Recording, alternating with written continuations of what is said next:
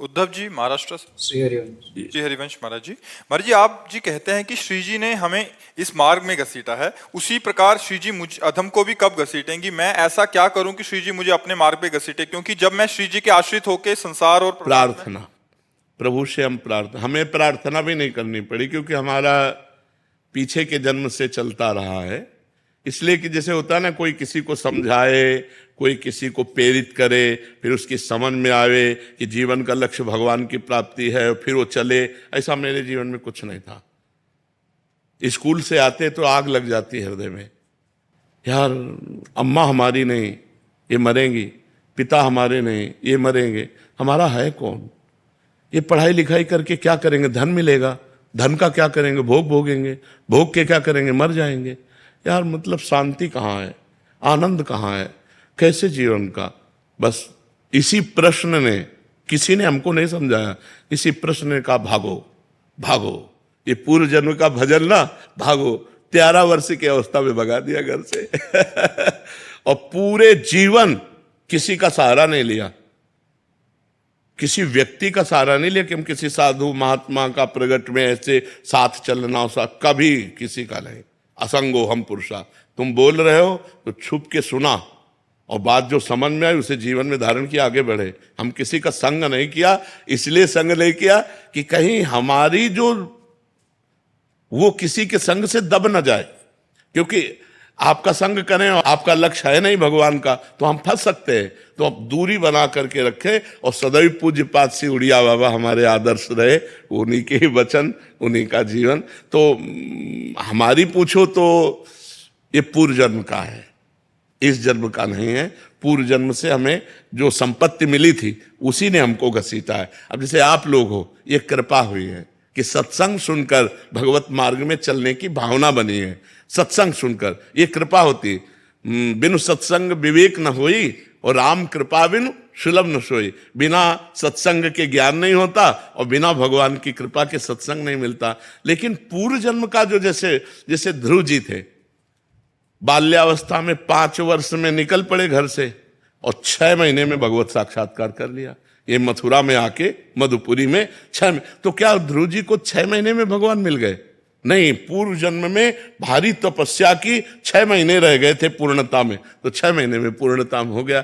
अब जैसे 1-2 लोगों ने कहा कि हम आप जैसा बनना चाहते हैं, हम भाई ये तो हम वादा नहीं कर सकते कि तुम प्रेमानंद बन सकते हो, क्योंकि भगवान के यहाँ ढांचा अलग है।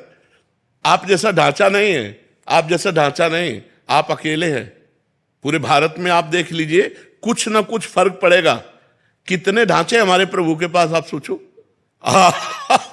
तो अच्छा, प्रेमानंद बनने के लिए वो सामग्री चाहिए जो बचपन में हमको पूर्व में भगवान की कृपा से मिली। उस सामग्री से अकेले भागना, और कितना कष्ट सहा है पूरे जीवन में, तुम्हें कैसे बताए।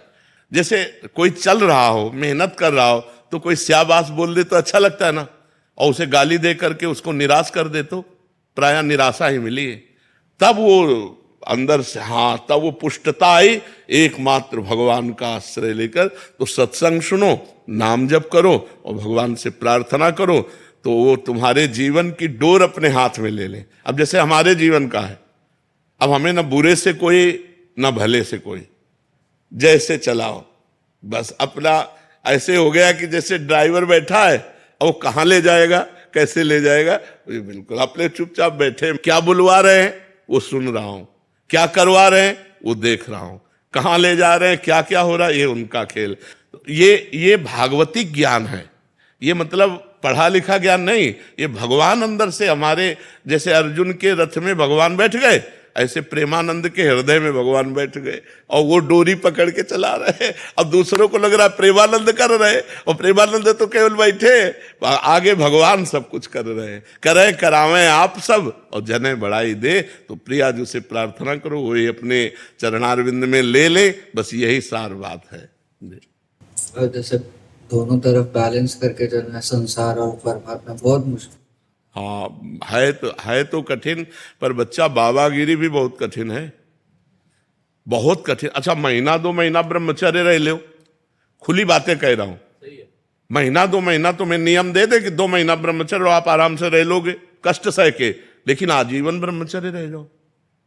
कितना आकर्षण है माया का। नाना प्रकार की भोग सामग्री मन तो है। 25 वर्ष जो जीवन कटा वो ऐसा जीवन था कि पूरे जीवन में कभी किसी रसोई में बैठ के भोजन नहीं किए, वृंदावन के सिवा कभी जीवन में नहीं कि आओ बाबा बैठो गरम गरम, नहीं। एक रोटी यहाँ से मिल गई, एक मिल गई, और वो भी मिली कि ना मिली गंगा किनारे। गंगा किनारे 10-10 किलोमीटर दूरी गांव है, अब गंगा किनारे ही चलना है। अब कई कई दिन हो जाते भोजन नहीं मिलता, बड़ा कष्ट में। ये कोई न समझे कि साधु का मार्ग बड़ा सरल मार्ग है। साधुता से पूरा जीवन निर्वाह करना हमें लगता कलयुग है, बहुत संभल के चलना चाहिए। तो ये भगवान के आश्रित तो बाबा जी बनने की सोचना मत। हमें ऐसा लग रहा है ना कि हम किसी योग्य नहीं रह गए, चल ही नहीं पाते किसी भी मार्ग में। नहीं, पहले राधा राधा जपो, डट के जपो अंदर, फिर आगे बात करना। पहले राधा राधा। बाबागिरी बहुत कठिन है। हम कई बार कहा है एकांतिक में कि 50 साल से सही चल रहा है, 50 साल से, और 5 मिनट गलत हो गया, क्या समाज उसे क्षमा करेगी? सब लोग कहेंगे फ्रॉड है, नहीं। और बेचारा 50 साल जलता रहा, 5 मिनट फिसल गया तो कोई क्षमा नहीं करेगा। इसलिए बाबागिरी बहुत कठिन बात है, बहुत जी।